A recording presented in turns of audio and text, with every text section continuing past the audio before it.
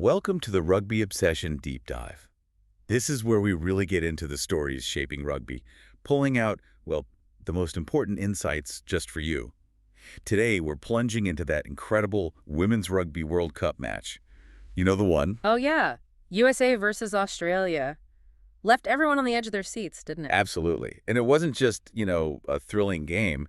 The outcome, that draw, it completely shakes up the knockout stages. Especially for players like Ilona Maher and the whole U.S. team. Big implications. So our mission today for you is pretty clear. We're going to break down the high stakes involved. Yeah, we'll look at the performances, some incredible moments on the pitch. And try to unravel these really intricate scenarios that are now in play. Every decision, every point from that match, it all counts now. Definitely. By the end of this, you'll be totally up to speed on, well, what is a really pivotal moment in the tournament. And hey, if you love getting these kinds of insights and you want to be right on top of all the rugby action, You know what to do. make sure you hit subscribe for Rugby Obsession wherever you get your deep dives. You really don't want to miss what's coming next. Okay, so let's jump in. This match, August 31st, 2025, Wallaroos versus USA. Your community stadium. Yeah. And it ends 31-all.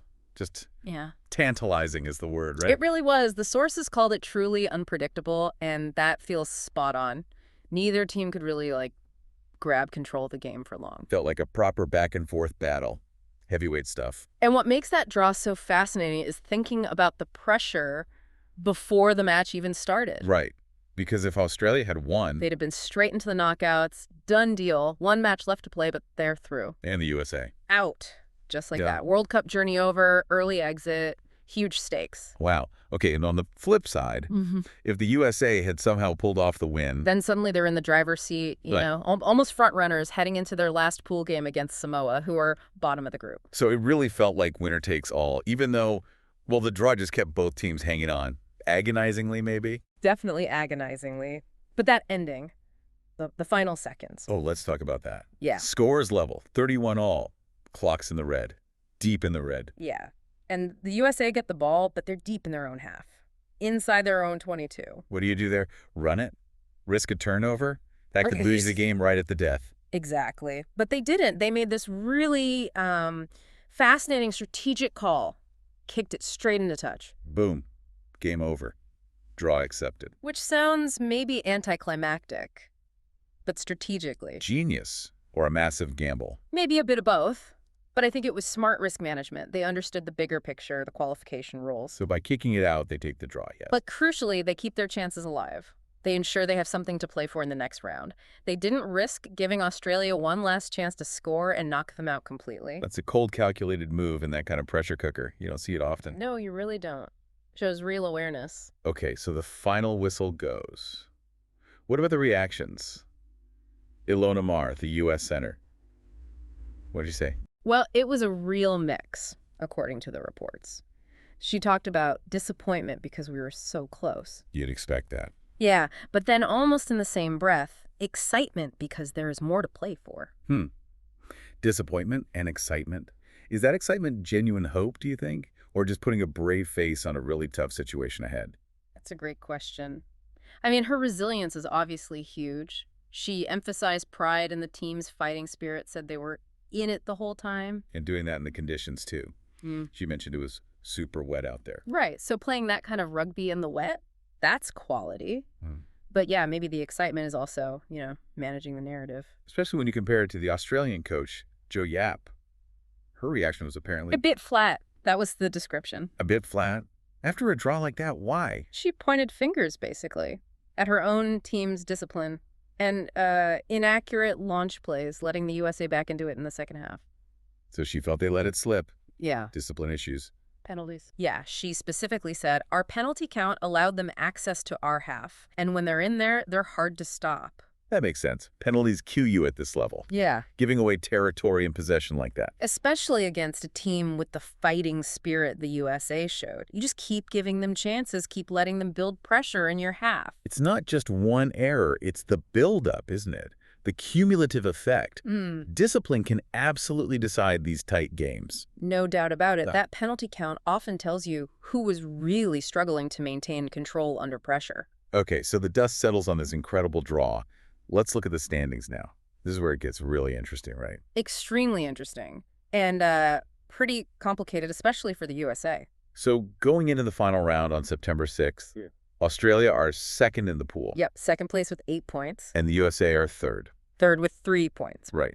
So what does the USA need to do to somehow leapfrog Australia and grab that second qualification spot? Okay, deep breath. It's a lot. They basically need a perfect storm. Uh-oh. First, they absolutely must get a bonus point victory over Samoa. Not just win with 4 tries or more. Okay, that seems possible. Against Samoa. Possible, yes. Tough, but possible. But that's only part 1. Part 2 is the really big ask. Which is? Australia have to get 0 points from their final game against England. No losing bonus point, no try bonus point, nothing. England, who are probably top of the pool. That's a tough match for Australia, but getting no points at all. Exactly. England are likely favorites, but for Australia to get absolutely nothing, that's asking a lot. And even if, let's say, both those things happen, USA get 5 points, Australia gets 0. They both finish on 8 points. Is that enough? Well, that's where the other hurdle comes in, and it's enormous. Points difference. Right. How bad is it? The sources mention an extraordinary points difference of 135 between them currently. 135 points. Wait, 135. How? No. Yeah. How do you even overcome that? That's insane. It's almost mathematically impossible in reality, isn't it?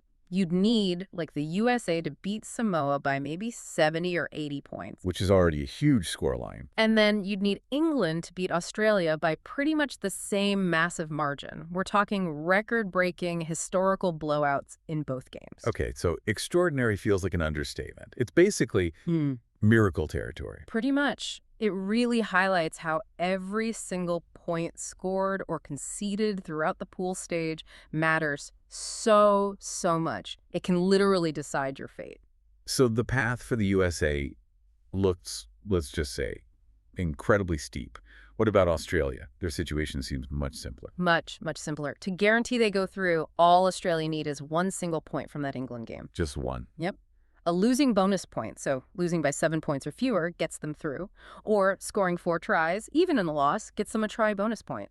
That gets them through. So they just need any kind of bonus point. Yeah. Seems very likely they'll manage that, even against England. You'd have to think so. It puts them in a much more comfortable position mentally as well. Okay, so we've done the maths, we've looked at the permutations, but let's zoom out a bit. Okay.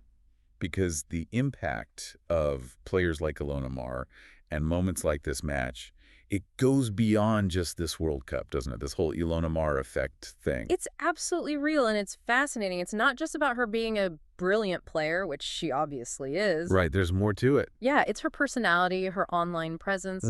She's huge on social media, right? She's funny. She connects with people way beyond the usual rugby crowd. She's kind of building a bridge for new fans into the women's game. Exactly that. And it's not just, nice to have. It's translating into actual commercial deals, real money, real growth for the sport. Like the North American broadcast deal. I saw that mentioned. For the Champions Cup and the Challenge Cup, extended multi-year deal. And her effect was specifically hailed in relation to that. It shows broadcasters see the value, they see the audience she brings. That's massive for rugby in North America. And it's not just there.